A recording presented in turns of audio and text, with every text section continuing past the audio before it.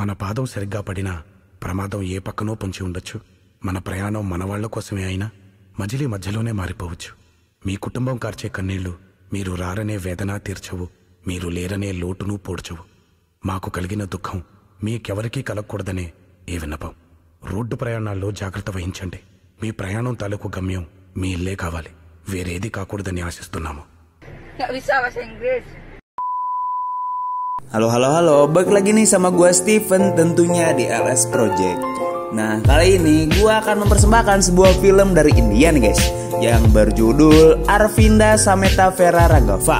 Nah, Arvinda Sameta Vera Raghava adalah sebuah film yang mengusung action drama berbahasa Telugu India 2018 yang ditulis dan disutradarai oleh Trivikram Srinivas dan diproduksi oleh S. Radha Krishna di spanduk Harika dan Hasni Creation.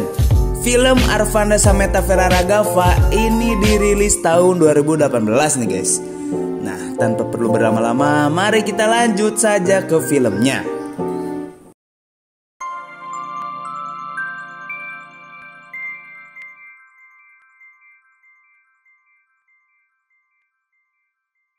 Suatu hari di desa Konoha yang dipimpin oleh Naraparadi bermusuhan dengan desa Sunagakure yang dipimpin oleh Basi Reddy. Sudah 30 tahun permusuhan itu tak kunjung usai. Perselisihan dimulai ketika Basi Reddy kalah berjudi dan tidak bisa membayar 5 rupiah kepada seorang pria di desa Konoha. Basi Reddy pun jadi bahan sindiran terus nih guys. Basi Reddy yang tidak terima karena disindir terus, akhirnya Basi Reddy membunuh warga Suna itu. Naraparedi tidak terima ada warganya yang dibunuh. Dia balas dendam dengan membunuh anak buah Basi Reddy. Perselisihan pun semakin tajam ketika Basi Reddy membunuh ayah Naraparedi. Nyawa harus dibayar nyawa. Narapa juga membunuh balik ayah Basi.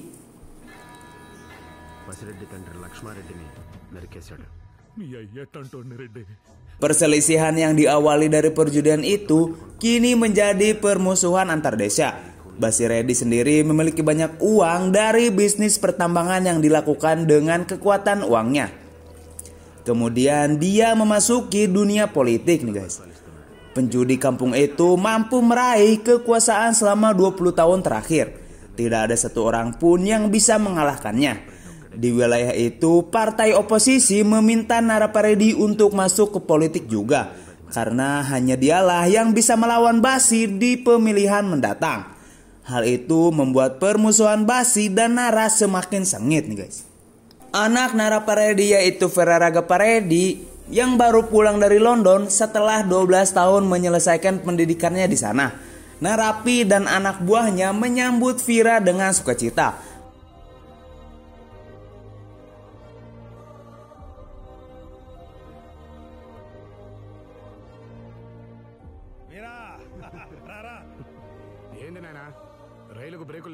Dalam perjalanan pulang, serangan terencana terjadi.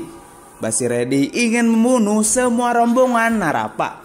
Ini sungguh tragis. Narapa yang bahagia bertemu anaknya ditembak mati oleh Subadu, anak buah Basi Reddy. Puluhan orang dari desa Suna juga menyerang dengan brutal. Vira belum sepenuhnya menyadari apa yang terjadi. Tiba-tiba dia terkena tebasan kapak. Warga Konoha berupaya melindungi tuan mudanya yang dianggap tidak bisa bertarung. Basi Reddy sendiri duduk santai di mobilnya melihat pembantaian itu. Dia mengolok Vira yang terlihat sangat lemah. Ternyata anak Narapa itu tidak tangguh. Vira sudah terluka parah, dia akan dibunuh sementara ayah tercintanya sudah menjadi mayat. Darah Vira semakin mendidih ketika melihat semua yang terjadi. Rasa sakit di tubuh dan hatinya membuat tuan muda jebolan luar negeri itu murka. Secara tak terduga, kini Vira menjelma bagaikan malaikat penjemput nyawa.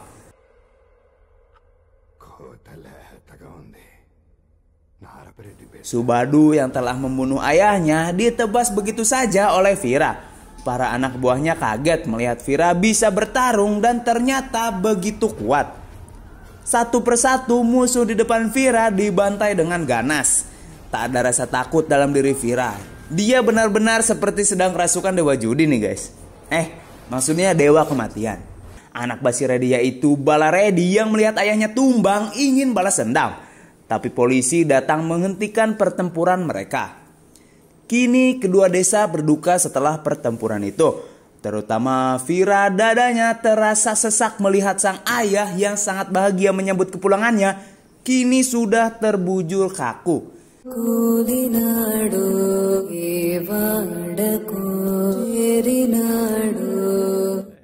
Jiwa Vira terguncang. Sabit di tangannya masih sangat dipegang erat.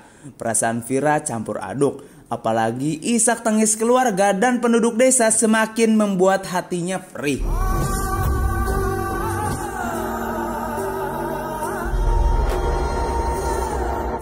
Dalam suasana yang begitu memilukan, Vira harus menggantikan posisi ayahnya sebagai pemimpin desa Konoha.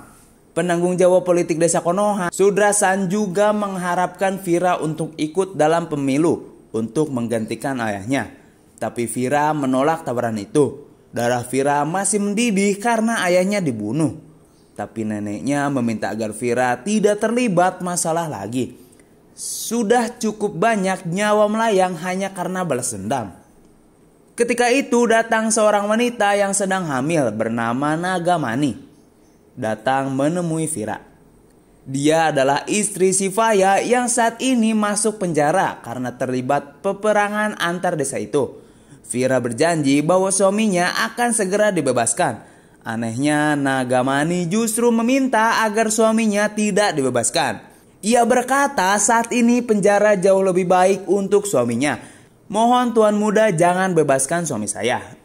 Nini Vira kembali mengingatkan agar tidak ada lagi balas dendam. Pahlawan sejati bukanlah orang yang memenangkan peperangan, tetapi orang yang mampu menghentikan peperangan itu. Malam harinya Vira memutuskan untuk meninggalkan desa Konoha. Jika tetap di rumah hatinya akan selalu sedih dan emosi. Vira akhirnya pergi ke kota Majalengka. Dia berkenalan dengan seseorang yang bernama Nilambari. Vira menceritakan kisah hidupnya. Namun dia ngaku-ngaku namanya sebagai Ragava. Ketika Ragava alias Vira sedang duduk di garasi, muncul seorang gadis bernama Arvinda secara tiba-tiba. Gadis cantik yang diperankan Pooja Hegde itu bersembunyi karena sedang dikejar para preman. Ceritanya ayah Arvinda yang bernama Saradi adalah pengacara. Ragava mengusir para preman itu hanya dengan gertakan saja. Ragava menunjukkan kekuatannya yang mampu membengkokkan kunci-kunci yang ada di bengkel itu. Arvinda juga pergi setelah merasa situasi aman sentosa. Selanjutnya Ragava dan Nilambari akan pergi ke Mumbai.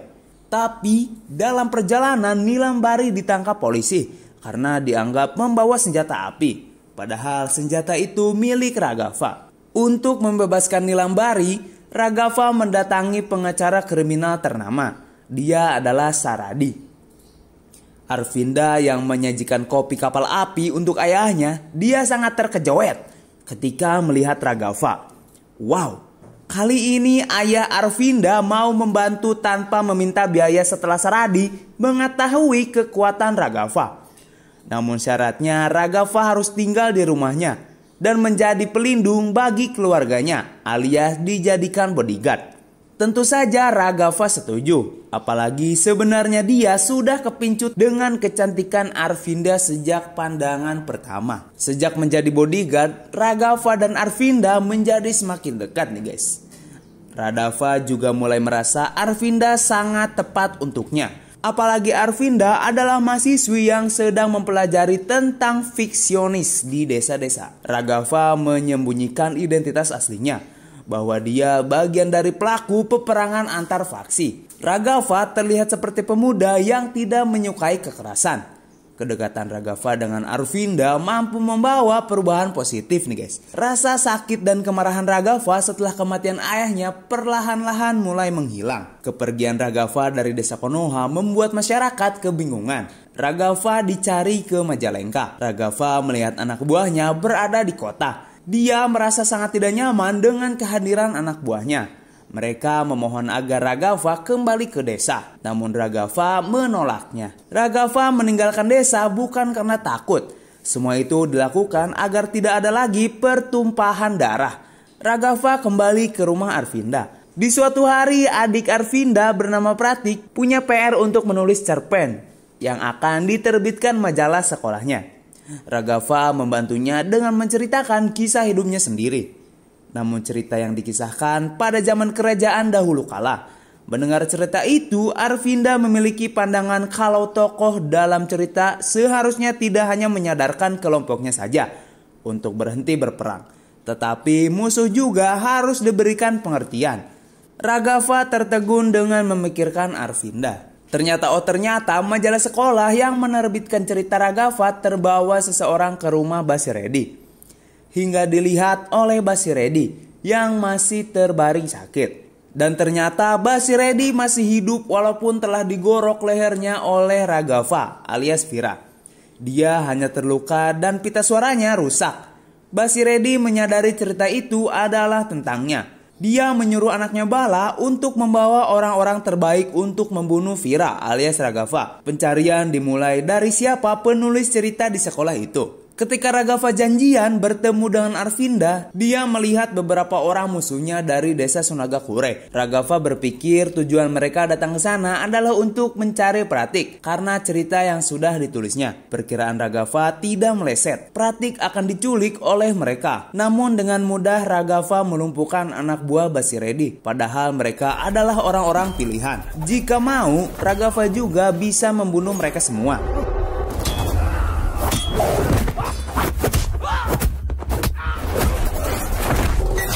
Namun itu tidak dilakukannya. Nilambari tercengang melihat keganasan Raghava. Kehebatannya menegaskan kalau dirinya bukan pengecut alias orang lemah. Dan dia berkata, saya pergi jauh dari rumah dan melupakan balas dendam, tapi kalian datang jauh ke sini untuk mengingatkan saya, ujar Raghava kepada salah satu musuhnya bernama Oba. Oba mengungkapkan jika yang memberi perintah adalah Basiredi. Hal itu membuat Raghava terkejut karena selama ini dia mengira Basiredi sudah meninggal. Arvinda kemudian menelepon Raghava. Dia sudah menunggu lama kedatangannya. Setelah Raghava tiba, dia meminta penjelasan kenapa bisa terlambat. Tentu saja Raghava tidak menceritakan alasan sebenarnya. Hal itu membuat Arvinda sangat kecewa. Apalagi puluhan kali Arvinda meneleponnya. Hal itu membuat Arvinda semakin marah dan pergi dengan rasa kecewa. Basiredi sangat marah karena orang kirimannya tidak bisa dihubungi. Basiredi memutuskan untuk turun tangan mencari Raghava. Musuhnya harus dibunuh hari itu juga. Namun Balaredi melarangnya karena ayahnya masih belum pulih. Balaredi berjanji akan mencari dan membunuh Raghava. Balaredi menculik Pratik, Arvinda dan menelepon Raghava. Tapi Arvinda juga diculik. Padahal saat itu Raghava sedang menemui Krishna Reddy, yaitu penanggung jawab politik Majalengka. Raghava meminta agar dia difasilitasi untuk mengadakan pertemuan dengan musuhnya itu untuk membicarakan perdamaian. Sambungan telepon belum putus ketika Arvinda diculik. Raghava memberitahukan bahwa para penculik sangatlah berbahaya. Mereka tidak segan-segan membunuhnya. Arvinda ketahuan sedang melakukan sambungan telepon dengan seseorang. Raghava mengancam para penculik itu. Ia berkata, silakan sakiti gadis itu kalau berani. Aku akan menyiksa kalian, ucap Raghava. Supir yang membawa mobil bernama Marapa tiba-tiba menghentikan mobilnya. Dia ketakutan mendengar ancaman Raghava. Ancaman itu bagaikan suara kematian. Arvinda akhirnya dilepaskan. Arvinda kemudian memberikan teleponnya kepada Balaredi yang membawa Pratik. Ancaman Raghava lebih mengerikan lagi. Balaredi, bunuh anak itu jika kamu mau. Tapi saya akan memenggal kepala kamu sebelum kamu sampai ke desa. Sunagakure lebih dekat dari sini. Saya akan membunuh anak kamu dulu yang sedang belajar di sana. Jika kamu tidak mau itu terjadi, lepaskan anak itu dan pergi. Ancamannya membuat hati siapapun merinding. Suara Raghava membuat bulu ketek Balaredi berdiri nih guys. Dia tidak bisa berkata apa-apa. Pratik juga akhirnya bisa dilepas.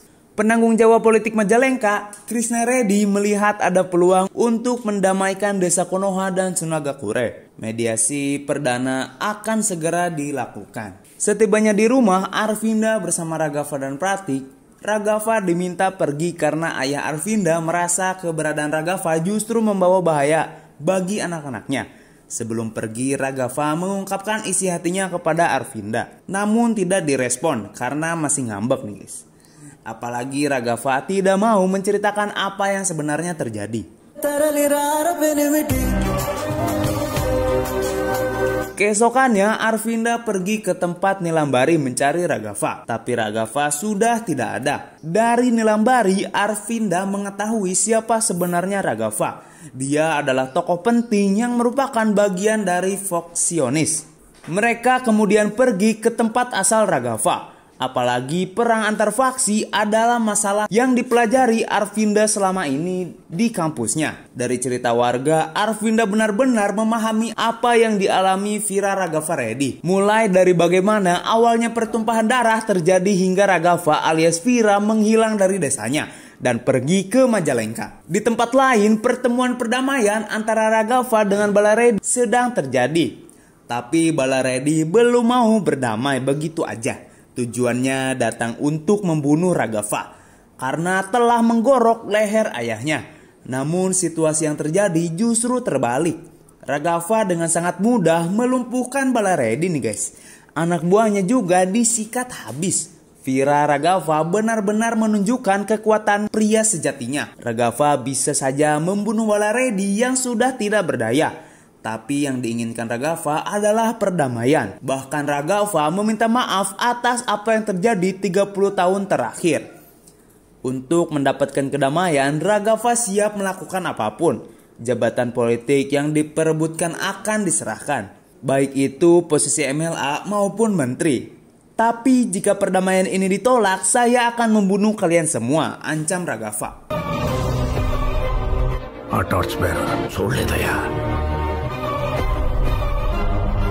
Sementara Arvinda dan Nilambari melanjutkan perjalanan ke rumah Raghafa. Tapi mobilnya mogok. Seorang wanita menawarkannya untuk istirahat di rumahnya. Ternyata wanita itu adalah istri Basireddy. Mereka justru tinggal di rumah musuh. Malam harinya Basireddy mendapatkan cerita dari Marapa tentang apa yang terjadi ketika di Majalengka. Termasuk Balareddy yang melepaskan calon istri Raghafa. Marapa yang sedang mabuk mengungkapkan juga jika Balareddy sudah bertemu dengan Raghafa untuk membicarakan perdamaian. Basireddy murka mendengar semua itu. Anak kandungnya sendiri langsung ditusuk hingga tak bernyawa. Basireddy benar-benar dibutakan oleh rasa dendam.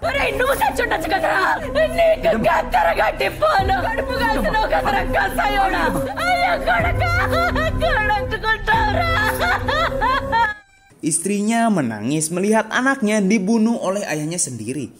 Saat itu juga Arvinda dan Nilambari dilihat oleh Marapa.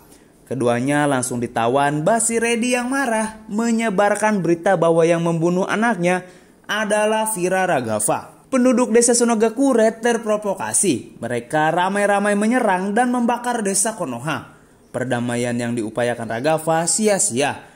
Basireddy kemudian menemui Raghafa yang sedang berada di tempat awal mula terjadinya perselisihan itu. Basireddy datang bersama anak buahnya dan juga Arvinda serta Nilambari. Basireddy menegaskan dirinya sama sekali tidak takut mati. Orang Sunagakure pasti akan balas dendam. Basireddy kemudian mengambil pisau lalu mengiris pergelangan tangan Arvinda dan menusuk dada Nilambari.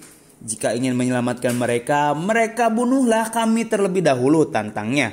Raghafa dalam posisi dilematis, membunuh Basireddy sangatlah mudah, tapi tidak akan ada lagi perdamaian. Masalahnya, jika Arvinda dan Nilambari tidak segera dibawa ke rumah sakit, nyawanya juga akan melayang. Basireddy kemudian menyerang. Raghafa berusaha menghindar. Dia hanya ingin desa damai dan anak-anak bisa tumbuh dengan baik, termasuk anak Subadu, bukan malah sibuk belajar membuat bom yang bisa saja membunuh dirinya sendiri. Mendengar kata-kata Raghafa, Subadu mulai sadar. Dia telah menembak ayah Raghafa. Tapi Raghava tidak menyimpan dendam sedikit pun. Padahal jika mau, Raghava dengan mudah membunuhnya. Marapa yang hadir di tempat itu juga terbuka hatinya. Basiredi tega membunuh anak kandungnya sendiri. Nyawa orang lain pasti lebih tidak berarti lagi. Marapa dan Subadu kemudian membawa Arvinda serta Nilambari ke rumah sakit. Sebelum pergi, Subadu memberikan sabit kepada Raghava untuk membunuh Basiredi. Karena itulah satu-satunya pintu kedamaian. Basiredi merasa dikhianati. Serangan kembali dilakukan, tapi dengan cepat Raghava menancapkan sabit ke perut Basiredi. Kedamaian hanya akan ada setelah Basiredi mati. Raghava kemudian membakar pria jahat menjengkelkan itu, sehingga tubuhnya tidak akan pernah ditemukan warga. Untuk benar-benar menciptakan perdamaian, Raghava mendatangi istri Basiredi. Keduanya sepakat menghentikan pertempuran kedua desa yang sedang terjadi. Suami saya yang membunuh anak saya lalu kabur, ucap istri Basiredi. Untuk menghentikan pertikaian istri Basiredi juga dicalonkan untuk mengikuti pemilu. Raghava pasang badan agar istri musuhnya itu menjadi MLA baru. Kedua desa yang sudah berselisih selama puluhan tahun itu akhirnya bisa hidup damai dan film pun selesai. Nah, itu dia alur film dari Arvinda Sameta Fera Raghava. Sangat menegangkan dan seru sekali tentunya. Oke guys, jangan lupa like, komen, dan subscribe untuk mendukung channel ini agar terus berkembang lagi. Dan Mimin bakalan terus ngasih film-film yang seru untuk kalian semua. Dan sampai jumpa, see you!